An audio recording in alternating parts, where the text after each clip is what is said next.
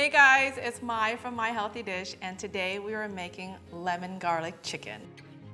Let's start by seasoning our chicken with salt, pepper, and olive oil. 3 ingredients so far. Okay, so now we are going to take this chicken onto the stove. Start with the skin side down.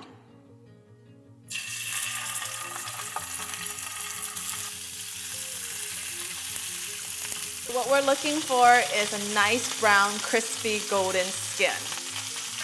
And we're gonna sear that side as well, and then just pour some chicken stock in there to finish the cooking. What is lemon garlic chicken without lemon and garlic? We are gonna add these 2 ingredients right now while the chicken is actually simmering. I'm using a whole lemon and lots of garlic. And we're gonna add half of this parsley.